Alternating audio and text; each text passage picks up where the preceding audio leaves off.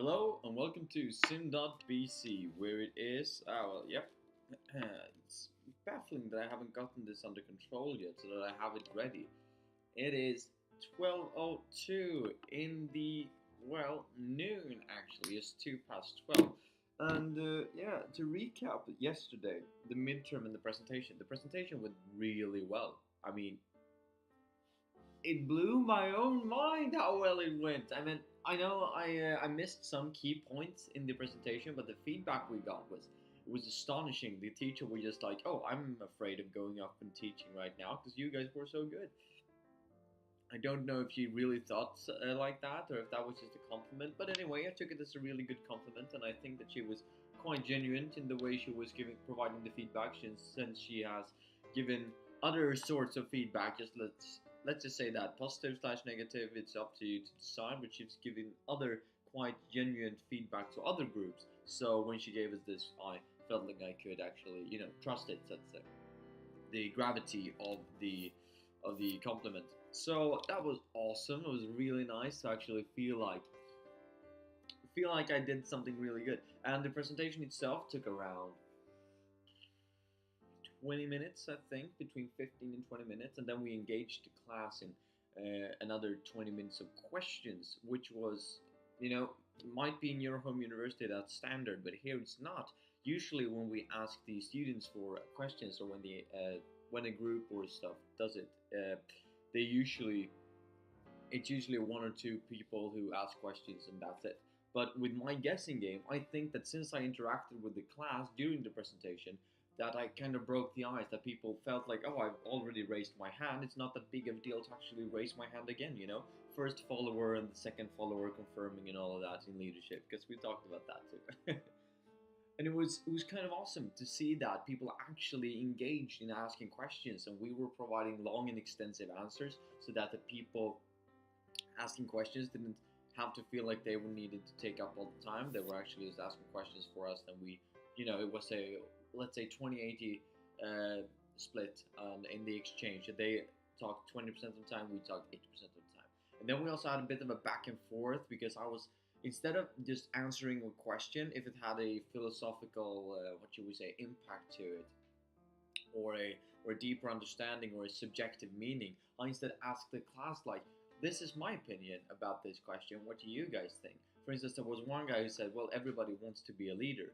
And I totally agree that I would like to be a leader, but I simultaneously know that there are some people I know that, well, I will know is a strong word, but I strongly feel that there are people I know that don't want to be leaders, even if they had the possibility to be one, that they rather would be a follower. So then we asked that question to the group instead, and to ask them, like, do you all of you want to be leaders, or some of you who don't want to be leaders, and so on and so forth. And we got quite a good discussion going. And I think also that many people were more comfortable talking about their own shortcomings and things that they might not be that good at, or that they identified with things that weren't seen as the norms, let's say, just because I had already presented all of my own shortcomings in the guessing game, which meant that, well, I have all these shortcomings. Now it's up to you. I know that all of you have shortcomings, but you're all still probably going to be fantastic leaders anyway. It's just a matter of identifying your own shortcomings and get over them, and so on and so forth.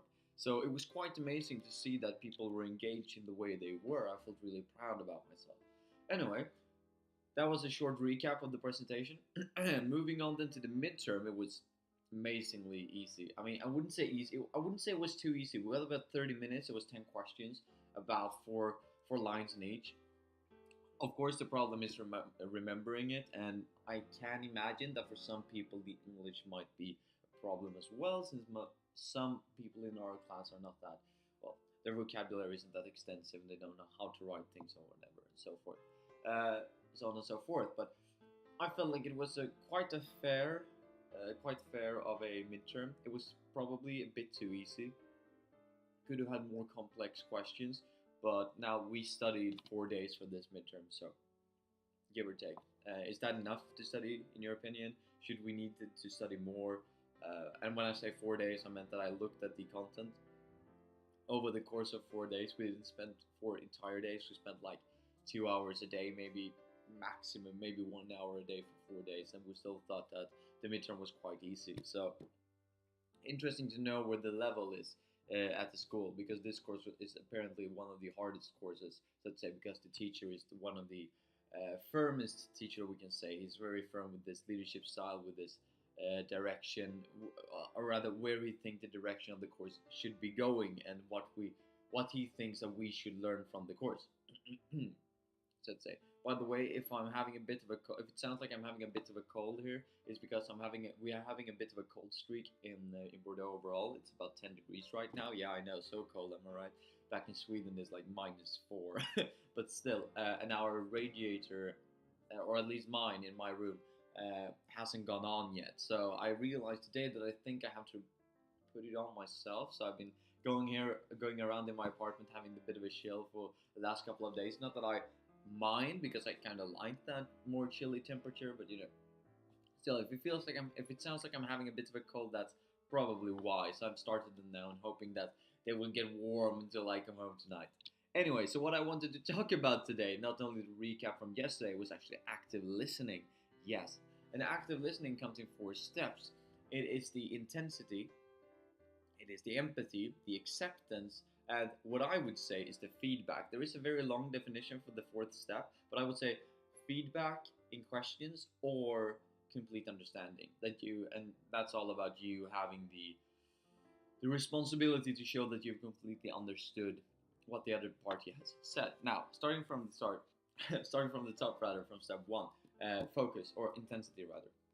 Intensity is that you're focused on the person, because on average a person, or yeah, the average person can understand about 1,000 words a minute, and the average person can talk about 120, 150 words per minute, something like that. So if you only have one person presenting, you most likely will be able to understand all of the words that are being said, and hear them, understand them, and take them to you. But now you can use that other brain capacity, so to say, to actually analyze and understand and focus on what is being said. Since there are so few words in comparison to the maximum amount of words you can hear per minute. That's the first step, the intensity. So focusing on the person who's talking.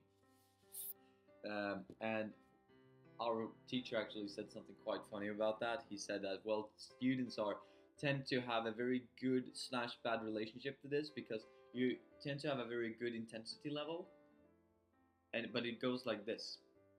So it goes in waves, let's say. So that first you start off with a low intensity level, then it goes up, you're really focused, then it goes down, and you're not as focused anymore, and then it goes up and you're focused again, and then you glide away and look at your phone or something. So the intensity level goes up. Oh, for God's sake, the intensity level goes up and down in the class.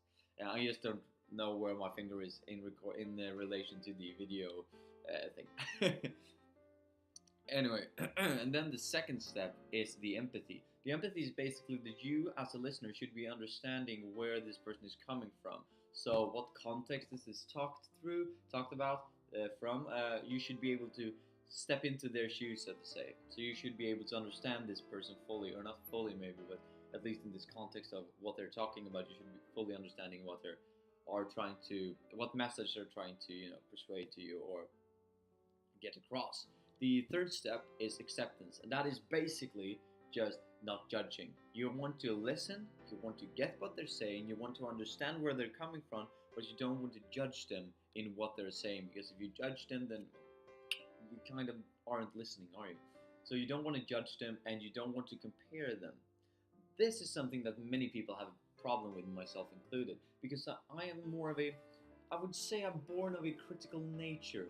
So I feel like I naturally want to compare stuff in order to analyze what is being said or what is being presented. You know what I mean?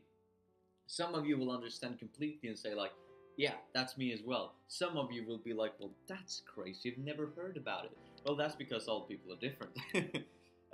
But I would say that I naturally feel like I want to compare what is being said with maybe my own experience, someone else's experience. Is this a bad thing? Well, not really, in my opinion, because you're still making a form of analysis, you're getting a frame of reference. But the idea here is that you should listen without judging and without comparing until the presentation is done. Then you can start comparing, not judging maybe, but then you can start comparing what has actually been said with something that you have experienced before. And it's really important, if you're going to start comparing stuff, that you actually make sure you've gotten the two first steps right. The understand, like that you actually have focused and listened to everything, so you got all the information when you're comparing something, and that you've actually also got the empathy, the body language, the non-verbal communication, the context of where, why, and when this is being said, in comparison to maybe the other experience you have. You also have to put that in context, when that was being said and why and how, and compare those as well. Not only the content, but actually the context of the different contents when you analyze them. That's why it's very hard to say that comparison is a good thing when you're listening, even though I would say it's good. But yeah, you should wait until you're done. And then we come to the fourth and final step, which is, as I said before, I've already talked about it a bit, feedback and complete understanding. This is basically you asking questions to make sure that you have understood fully what the person has said. If there's something you're unsure about, you ask them about it. Ask them to explain it further. Or if it's something that you thought were crazy about this because you're already judging, well, this might be a good opportunity to ask them about it and make sure that your judgment was either correct or incorrect, even though you shouldn't judge to begin with. But, most people naturally do. So it could be a good idea to implement that in the fourth step as well, since you can kind of anticipate that you're going to do it anyway. So, yeah, that was all about active listening and a bit of a recap from my day yesterday. So I'm very happy with yesterday's performance, and I'm very happy with me understanding active listening and all of these other steps in the negotiation techniques. And yeah, this is directly taken from the midterm we had yesterday. So have a nice day, guys. See you tomorrow.